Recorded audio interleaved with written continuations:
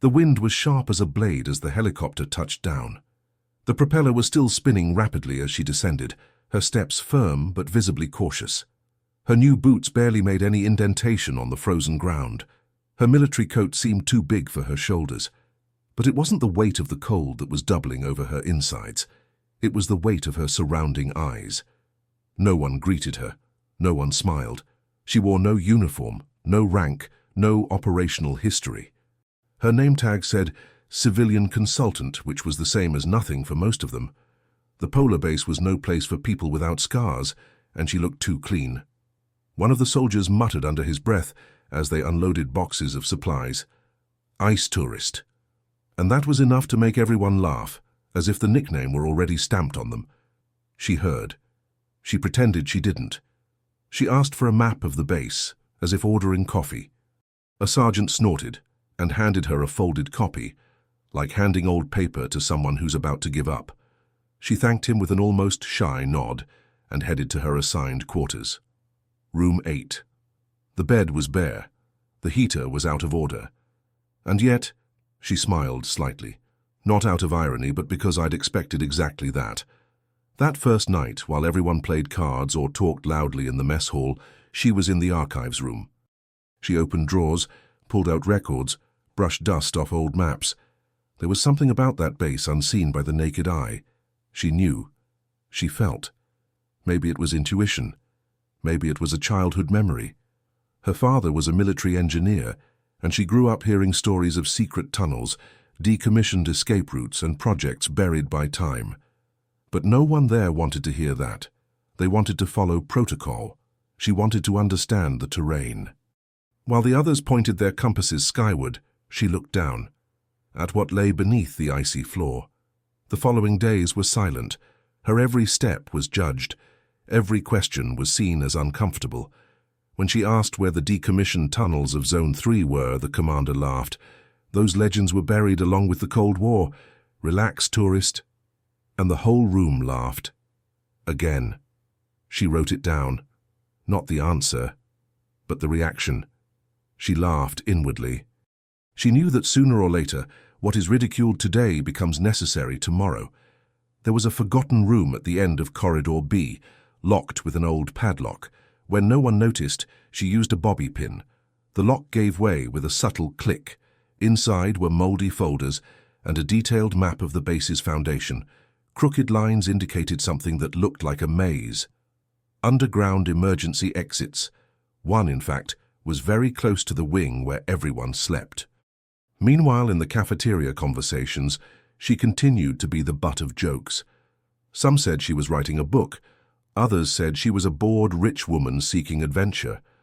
None of them knew she was hand-drawing a survival route, and she didn't yet know it would save lives. In the mountains, the snow accumulated silently. The base's sensors were starting to fail, but no one thought it important. The data seemed normal, but she could feel it.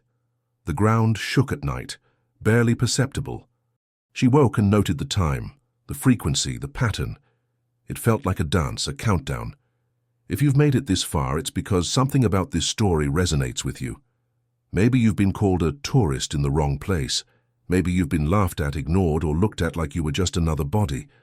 But remember, it's not the one who talks the most who's right. Sometimes the one who keeps quiet observes, and while others laugh, you prepare your escape route. If you're enjoying this story, please like it now and subscribe to the channel.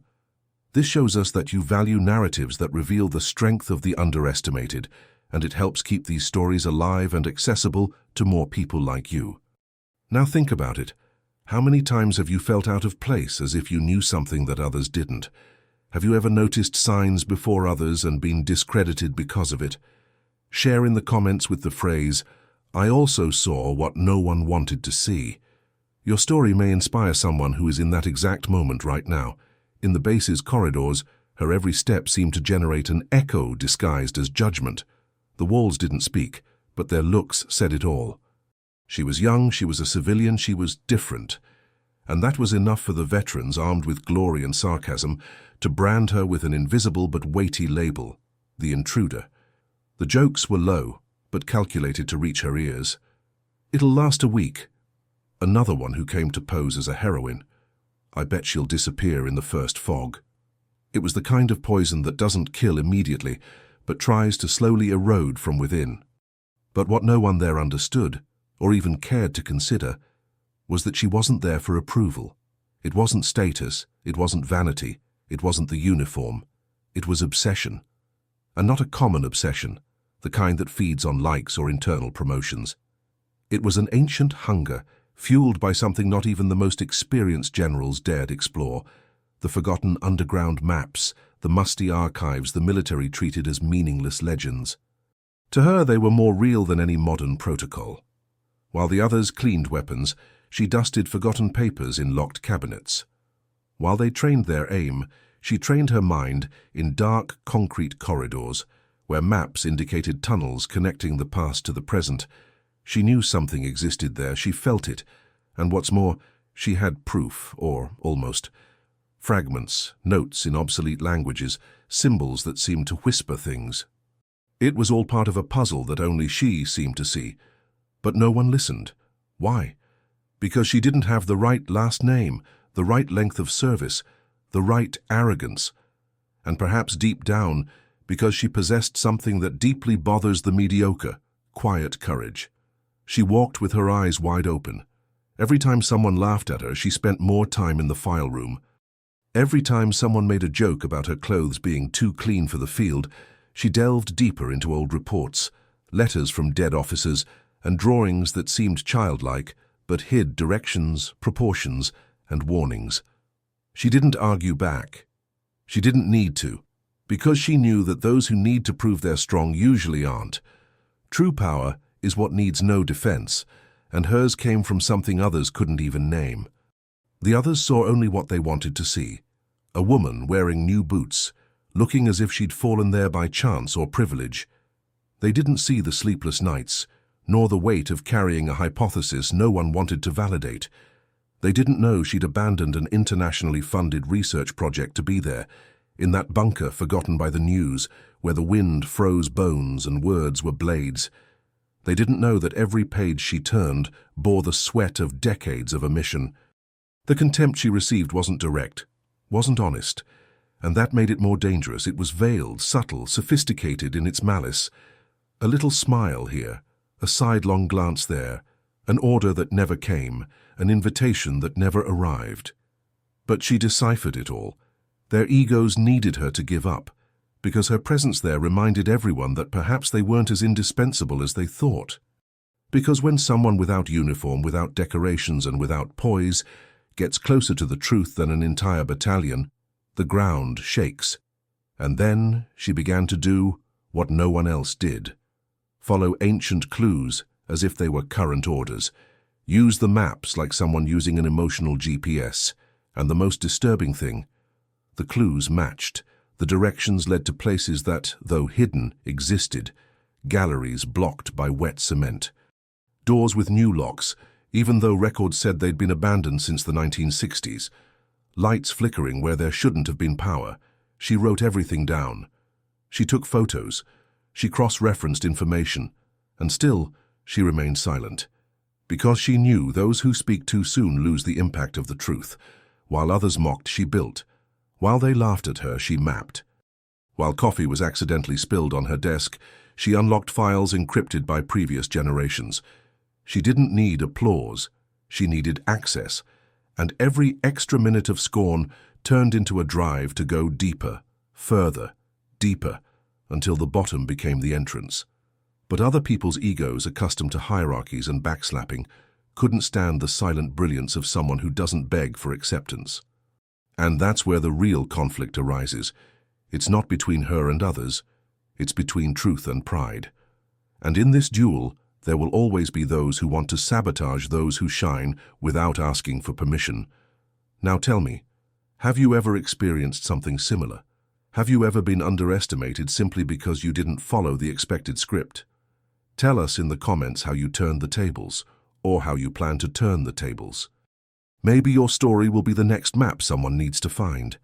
The map had been there all along, hidden in a dusty metal drawer that no one had opened in years.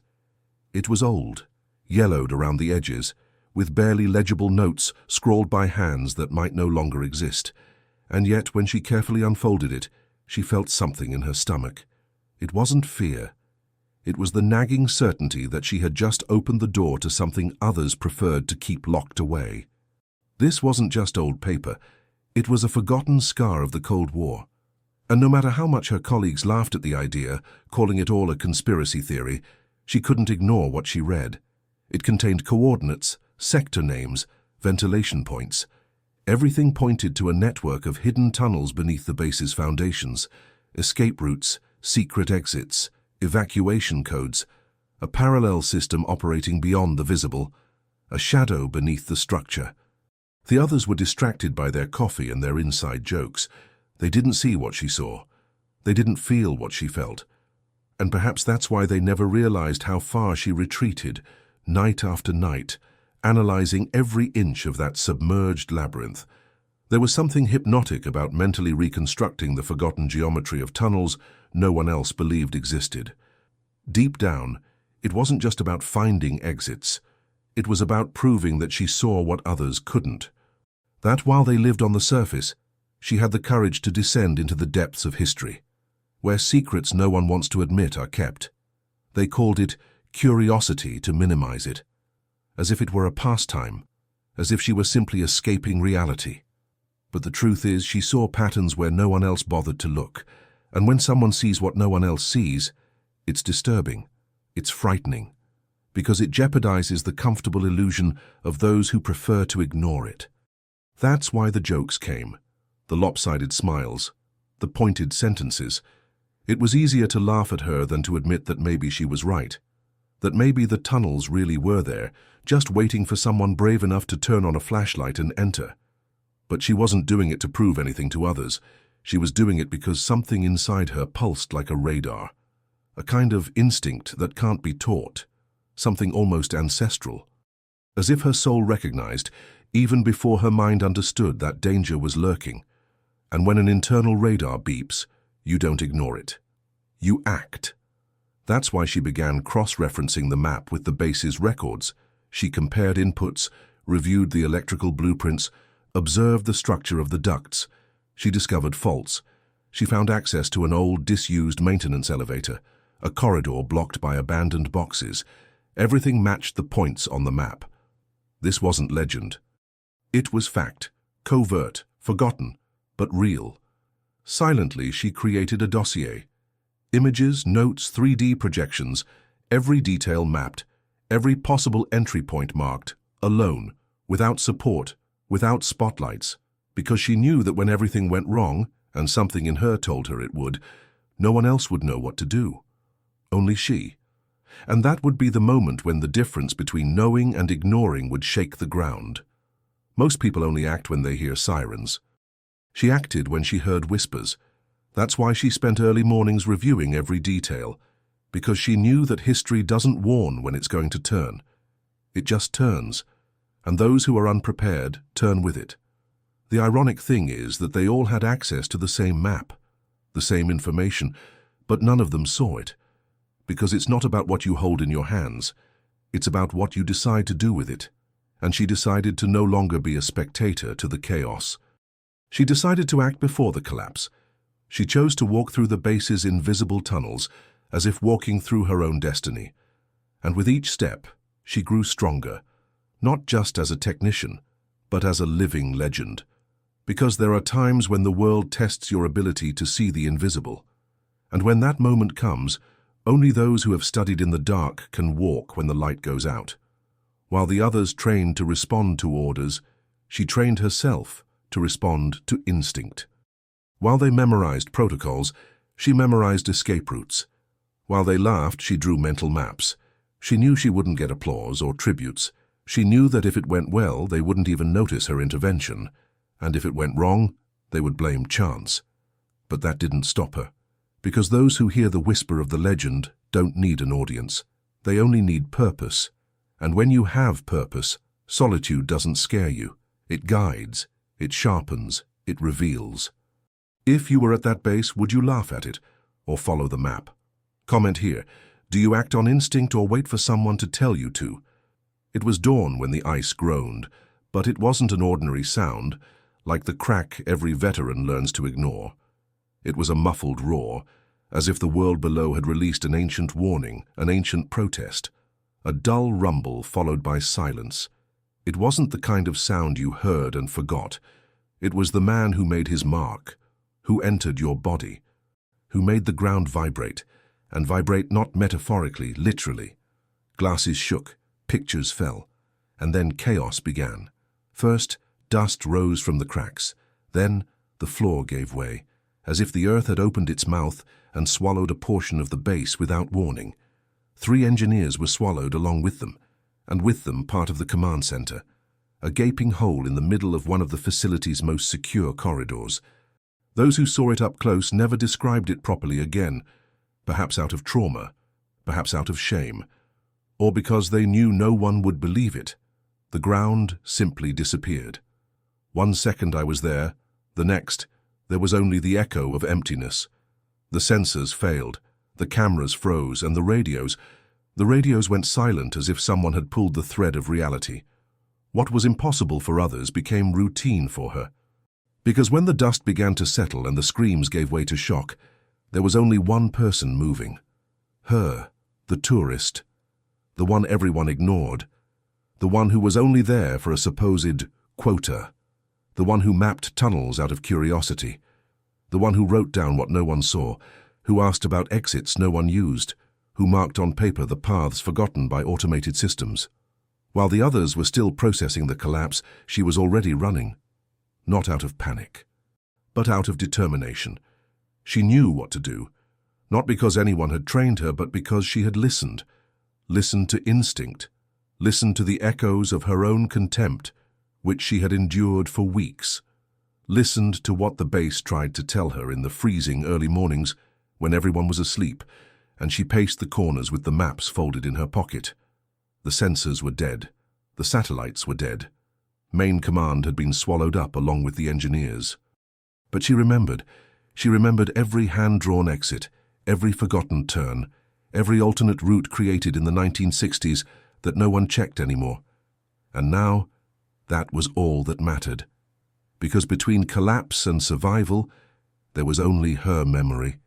She gathered what was left. The security chief hesitated. The seasoned soldiers argued. But she went. She told them where to step, where not to step, where the vibration was most intense, where the ice was thinnest. As if the ground had spoken only to her. And perhaps it had, because sometimes what seems like weakness is merely strategic silence. And while the others shouted for leadership, she led the way with a low voice, with authority, without a raised tone. When they reached the safe area, part of the structure behind them collapsed. Another crash. Another reminder. If they had hesitated for 2 minutes, they wouldn't be alive. And in that moment, no one called her tourist anymore. Now eyes sought hers. The radio was in someone else's hands, but she was the one giving directions, because those who save lead, no matter the uniform, the rank, or the name tag. Hours later, the satellites returned. Rescue teams arrived. Analysts began searching for causes. The culprits would be investigated. But none of this changed the essential. She had changed everything, not with speeches, but with precision, not with shouts, but with determination. And now even the skeptics followed her, because there was a new code within the base, survival with instinctive leadership, the kind that arises when you're willing to see what no one sees, to do what no one expects, to hear the whispers before they become screams, and to act when everyone still freezes. The respect she once silently begged for was now automatic, a reflex, as if it had always been this way. But she knew, they only get respect when you do what no one wants to do. When you see the abyss opening and don't hesitate, when you pass the test that others don't even dare touch, and perhaps the most ironic thing is this, she was only there because they wanted to fill a quota. She only had time to study the tunnels because no one gave her a real role. She only mapped everything because no one gave her credit. And in the end, that's exactly what saved everyone. Now tell me, have you ever been so underestimated that you were given the freedom to become dangerous? Then comment here.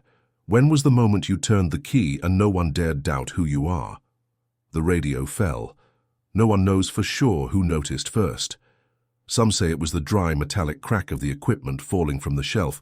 Others swear it was the silence that followed. But what really mattered was that, in that instant, the base went silent. No communication, no instructions, no control. And as if a harbinger of something greater, seconds later, the lights began to blink. Once, twice, 3 times. And then, darkness. The kind of darkness that makes it impossible to see your own name if it's hanging on your badge. The cold, already present like an unwanted guest in the corner of the room, suddenly became more cruel, more oppressive, as if the very air was freezing inside. It wasn't just the temperature. It was the lack of direction, the realization that something was terribly wrong and no one there knew how to fix it. Someone shouted a name, another shouted louder. Soon the room became a disorganized chorus of despair, each searching for a familiar face, for a voice that would say, "Calm down, I know what to do." But no one knew. The military, those who were supposed to represent order, training, composure, they were as lost as the civilians. The difference was that now, for the first time, their eyes confessed what their mouths tried to hide. There was no plan B. The tunnels that some mentioned on card nights as legends of the past, as possible escape routes from a time of war and paranoia, suddenly became the only hope. But where did they begin? Where did they lead? And worst of all, did they still exist? The base's architecture, built on layers of ancient ice and buried secrets, offered no answers. Only more silence. Only more wind seeping through cracks never before noticed. Every noise was now suspicious. The sound of something metallic scraping against the ground made everyone turn. A louder sigh generated tension, and the most fragile began to isolate themselves. It was as if panic had found a crack to enter and was spreading rapidly, unchecked like an invisible virus. A woman fainted. Another had a panic attack. A group of 3 men decided to walk toward the back, their flashlights flickering and their steps uncertain. Others simply sat on the ground, hugging their knees, staring into space, as if waiting for an answer to emerge. And amidst this chaos, an unexpected figure began to move with an almost insolent calm. The tourist, the same one who, days before, had been called a useless civilian, a curious one. She walked steadily, as if the map of the base were drawn on the palm of her hand. Eyes turned to her, some with suspicion, others with hidden hope. But no one dared ask. It was as if simply seeing her walk with direction was enough. And it's in these kinds of moments that the most primitive instincts resurface. It's not about who holds the highest rank, nor who has read the most manuals. It's about who has the courage to take a step when everyone else freezes, about who, even trembling inside, refuses to be another piece on the board of fear. And she walked. Amidst discordant voices, noises that no one knew whether came from the base or the basement, the woman walked steadily. The more skeptical said it was luck or madness. But the truth is, everyone followed her, one by one, as if that were the only certainty in a world that had just fallen apart. And when she pointed to a wall covered in an old panel and said, "There's a door back there, I saw it in the old archives," no one argued, not even the officers. Because in times of chaos, those who take the lead become legends. Those who act with conviction become compasses, and those who doubt are left behind. The sound of the rusty door opening was the first sign that there was more beneath that ice than anyone imagined. A damp, narrow corridor filled with mold and history, but it was a way out, or at least it seemed so, and in that moment, that seeming so was enough to rekindle something that was dying in everyone. Faith. Now tell me something. If you were there, would you have followed the crowd or been the one who opened the door? Tell me, are you the compass or the crowd? Her eyes were still watery from the earlier panic, but when she spoke, the air seemed to clear in that frigid shelter. Her voice didn't come with shouts, orders, or desperation. It came with precision. She held a slightly faulty flashlight and a map with crooked, hand-drawn lines, made during nights when no one noticed she was awake. She said with the firmness of someone who didn't need to be heard to be certain, "If we're still above Zone 3, there's a hidden corridor less than 200 meters away." It was as if time had stopped. Conversations ceased. The broken radio didn't even dare to crackle. The more experienced men, with more years in the field, looked at each other as if seeking permission to doubt, but couldn't even find the courage to laugh. Because what she held in her hands wasn't just a piece of paper, it was the last chance for a safe escape. For days, she had been ignored. They called her a tourist, as if she were a logistical error in that tactical environment. She carried boxes, cleaned panels, made strong coffee when no one asked. And while the others discussed routes and strategies around the electronic panels, she studied the ancient maps hanging in the server room, as if deciphering secrets in a forgotten language. No one asked what she was doing there. No one cared why she carried a worn notebook, jotting down technical details with a dedication bordering on obsession. She knew she was invisible. But invisibility, at that moment, was the best advantage anyone could have. The shelter had partially collapsed. The north wing had disappeared in a roar. Screams, dust, smoke, and then silence. The command center had been swallowed. 3 engineers were missing. Sensors failed. Radar went down. Communication with the main base was interrupted. Everyone gathered in Hall B, the last uncompromised section of the structure. They were on the verge of mental collapse. The commander tried to maintain order, but the fear in her eyes was visible even beneath the visor of her mask. It was at that moment that the unexpected voice came. Cold, calculated, precise, not because she wanted to impress, but because she had known for days that this could happen. The map she carried had been constructed based on observation, handwritten codes, measurements made with measured steps and improvised angles. The legends weren't in blue or green ink. They were stains of coffee, sweat, and sleepless nights. It was the work of someone who knew she would be ignored, and yet she persisted. And now, at the very moment when all the experts seemed to have exhausted the protocol, she brought a new variable: hope. Hope based on study, courage based on silence, intelligence shaped by contempt. What no one knew was that she had come to the base not just as a support technician, but because she had a past she chose to hide. A dismissal for insubordination on another mission, a rank she refused to renew. She traded her uniform for anonymity, medals for discretion. And that didn't make her less prepared. It only made her more dangerous to the vain.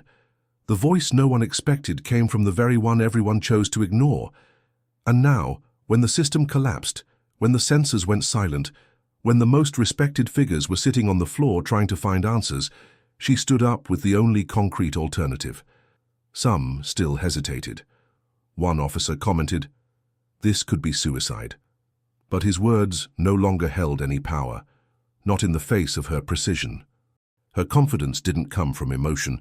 It came from the mathematics of instinct. It came from the certainty that those who observe more understand more, and those who are underestimated see where others only rush past. The group, reluctantly, began to follow her. The flashlight guided them. With each step, the tension was cut like thin ice being trodden underfoot. And most impressive, no one questioned anymore. No one mocked. Because in that darkness, when panic turns to silence, the voice that knows where to go becomes sovereign, even if it never shouted. And she didn't ask for leadership. She didn't demand respect. She earned it. With patience, with vision, with the courage to study when no one told her to, and with the audacity to trust her own instincts. Because the difference between authority and power often lies precisely in the courage to stand up when everyone else is down. And it was there, amid loose cables, cracked walls, and dead sensors, that a new kind of leadership was born. One that needed no titles, no uniform, no private room. One that sprouted from contempt and blossomed in the emergency. One that showed everyone that sometimes the solution lies precisely in that person you made a point of not listening to. Now tell me, would you follow someone who has never been heard, but who in the chaos knows exactly what to do? When she stopped in front of the rusted door, marked with faded paint that barely read Sector 3B, no one questioned her. The silence there wasn't one of obedience. It was one of survival.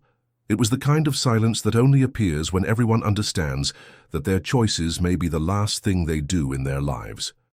The makeshift map trembled in her hands from the cold, but her gaze was steady. It wasn't about courage, it was about responsibility.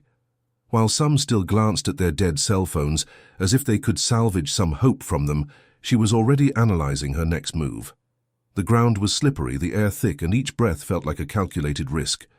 The underground base, once built to withstand nuclear attack, now felt fragile, damp, and hopelessly unprotected against the greatest enemy there, time. One of the engineers suggested turning back. The tone wasn't cowardly, but logical. If rescue is on the way, why risk it? The question hung in the air like a veiled challenge, but no one had time to respond. The metallic sound of structures giving way under the weight of the ice answered for everyone. She simply turned her head, pointed to the narrowest tunnel and said, "The temperature will drop another 20 degrees in the next few hours. Either we walk or we freeze." And there the first split occurred. Half decided to wait. They set up makeshift camp with thermal blankets and flashlights that flickered from time to time, like a warning that the battery of hope was running low. She led the other half. The decision wasn't about heroism. It was about reading the scene. She knew the tunnel, however small, led to a shallower area, perhaps an exit, perhaps not. But even a slim chance seemed better than the illusory comfort of waiting. Boots rang in the metal corridors, each step accompanied by suspicious glances. No one there called her leader, but everyone followed her. It was the difference between formal authority and real respect. And no one teaches that in training. It's born when theory collapses and only instinct remains. Every turn brought a new threat. A crack in the ceiling, a gas leak, a space too tight to fit through with a backpack. At one point, a soldier was trapped between two frozen pipes. She was the one who returned, cut the straps of his backpack, and pulled hard. As he fell, gasping, she simply said, "If you stop, you'll die." They walked a few more meters until a new obstacle appeared, a fork. One path led downward, with icy steps. The other led upward, but seemed partially blocked. She glanced at them both, but didn't hesitate. Climbing required more of the body, but falling was riskier. We continue upward. The body warms up, the mind awakens, and up there might be a sign. Someone protested, but quietly, as if protesting only to themselves. She didn't respond. She was busy testing the first step with her foot, feeling for any give in the ice. That was how she made decisions, with the sole of her boot, not with a hunch.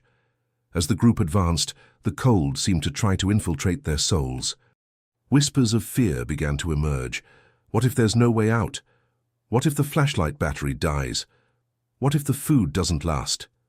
But she didn't entertain unanswered questions.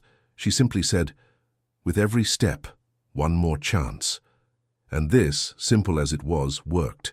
With every turn the tension mounted. A soldier slipped and nearly took two with him. A muffled scream echoed, but no one fell, and it was she who reached out to the first one who lost his balance. Her hand trembled from the cold, but she held on tightly. Hours later they found a door. It was half open, as if forced open long ago. She pushed with her shoulder, and a new environment revealed itself, drier, warmer. And there, for the first time in hours, someone smiled. But not her. She was focused on the map and the numbers penciled on the side. Maintenance zone. Technical exit possible. The entire group sat on the floor. Some wept. She remained standing. And it was at that moment that one of the more experienced approached and said without irony, "You shouldn't be here, but thank God you were." What no one knew was that she had already walked those corridors alone weeks before. Out of curiosity, they say. But the truth was different.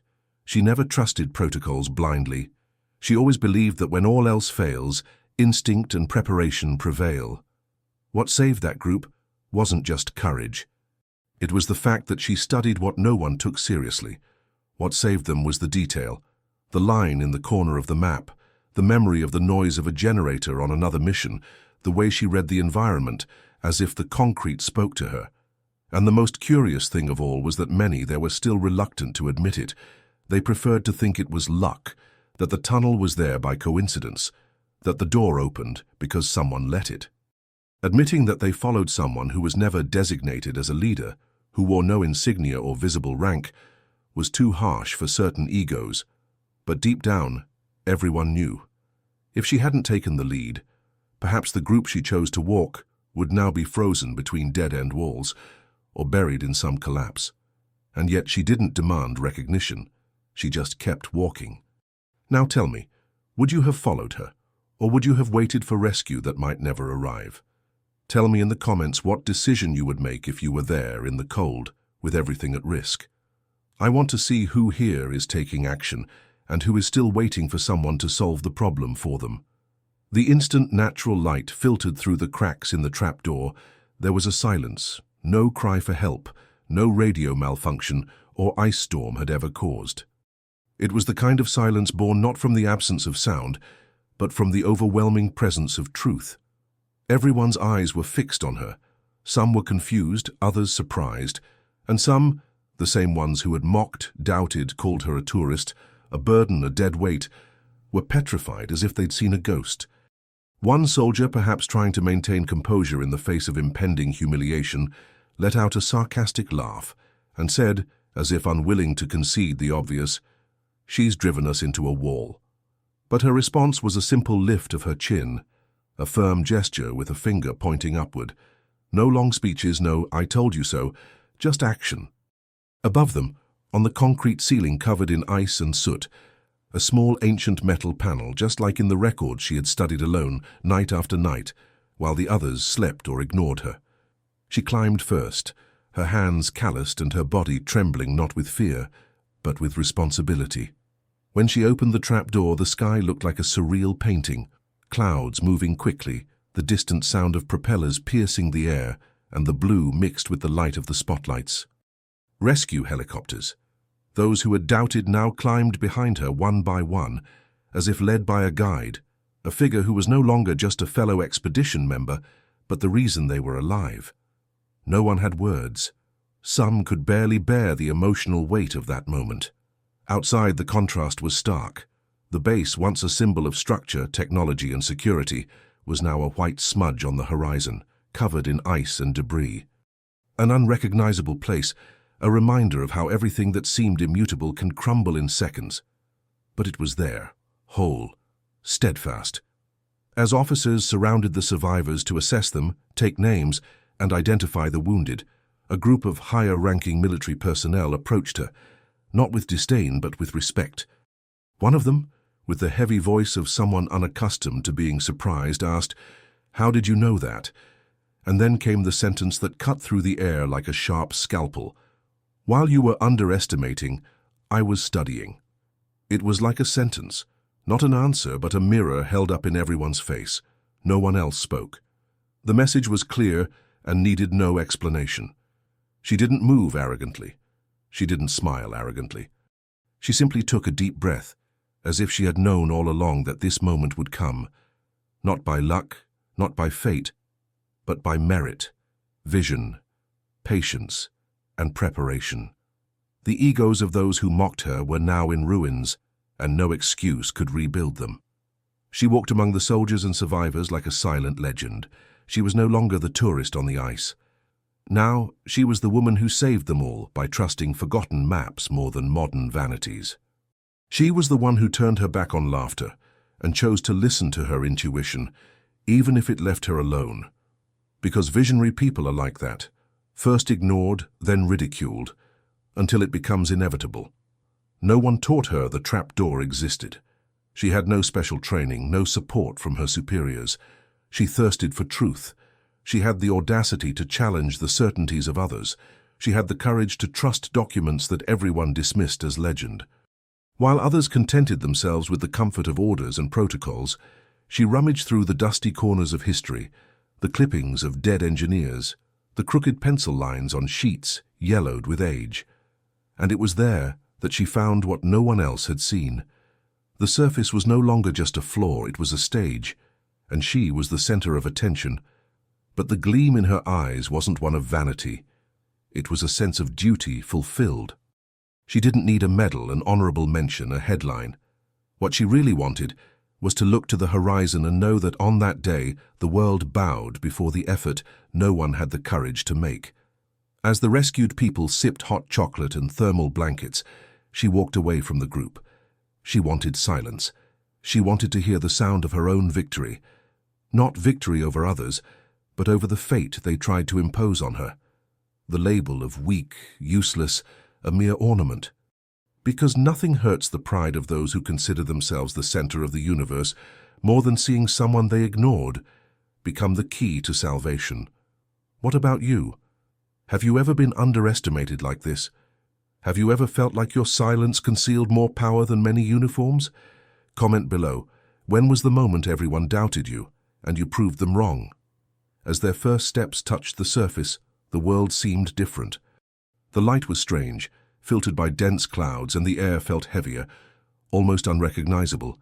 But there was something even more intense than the cold or the silence, the raw sense of victory.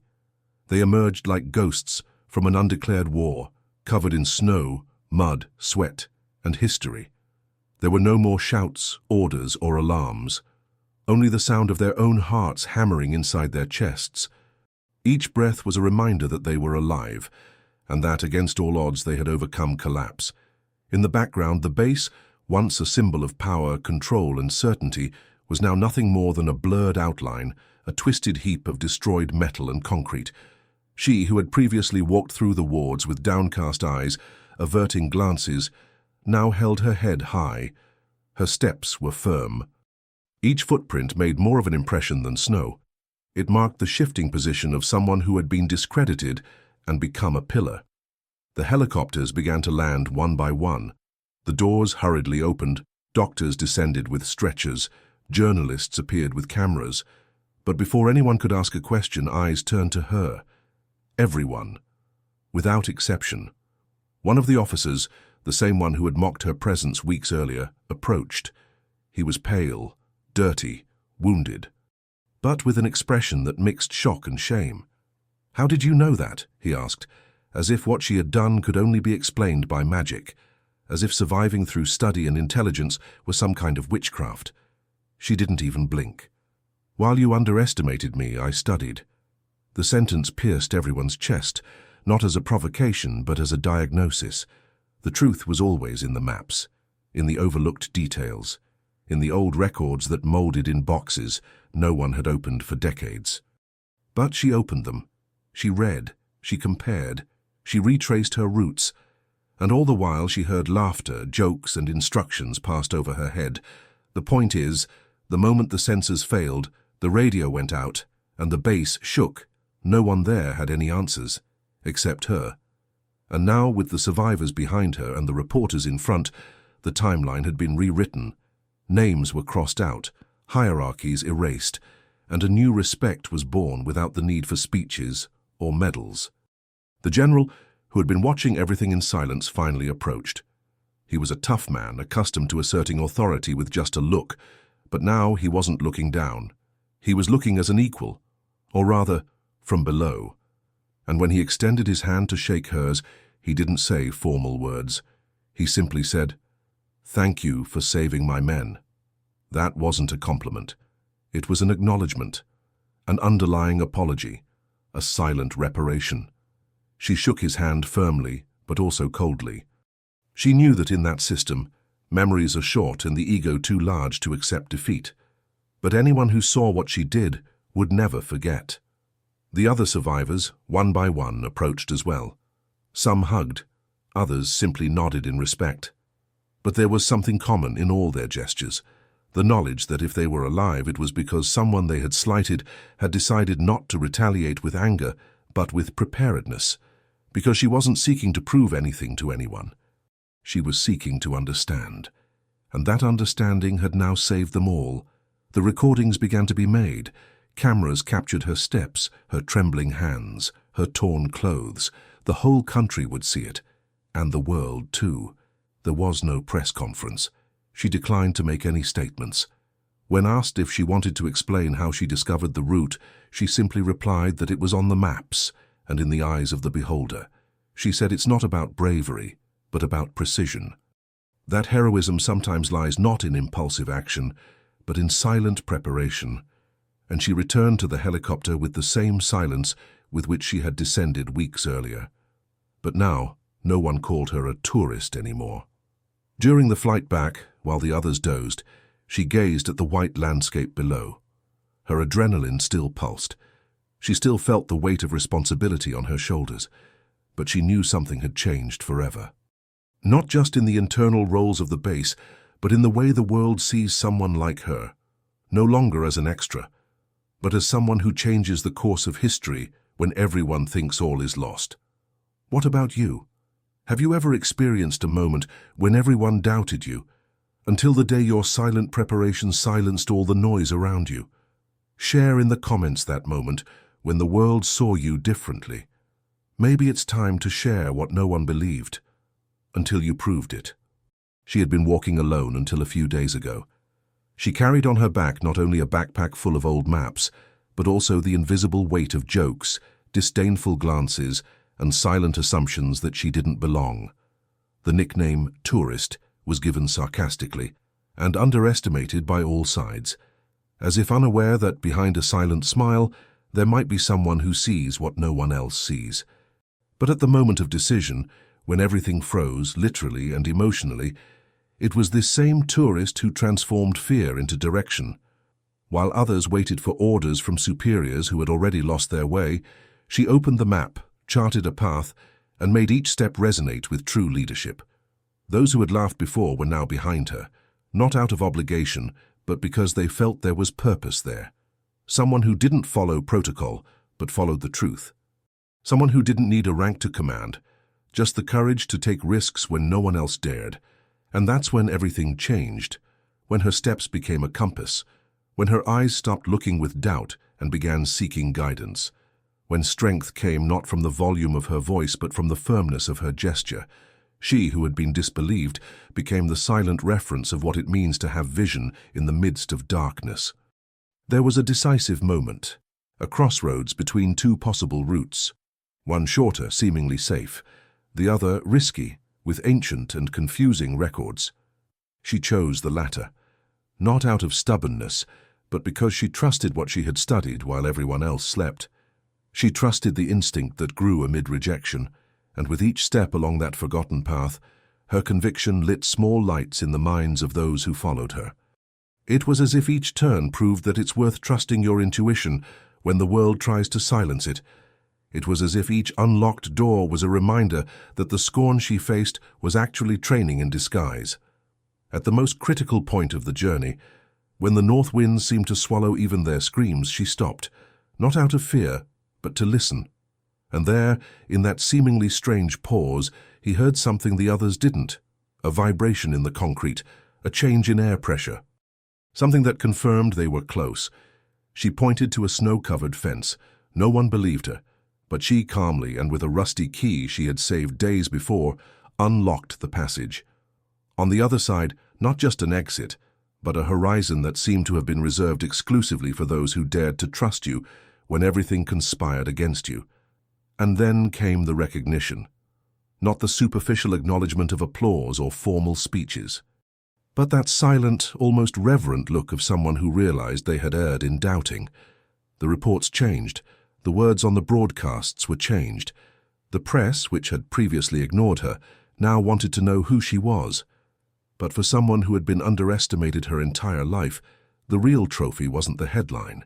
It was the clear conscience of having won without having to destroy anyone, of having led without having to shout, of having been a light without having to extinguish others. Her nickname also changed. She was no longer tourist, and this was more than a simple exchange of words. It was the redress of a silent injustice. It was the recognition of an authority born of merit, quiet preparation, stubborn courage, and the unshakable faith that every thoughtful detail had a purpose. Now she was the Ice Guardian. A strange name to outsiders, but absolutely fitting for someone who knows what it's like to keep everyone alive when the world falls apart. And anyone who's ever been called crazy, strange, out of place, or over the top, understood what that new title meant.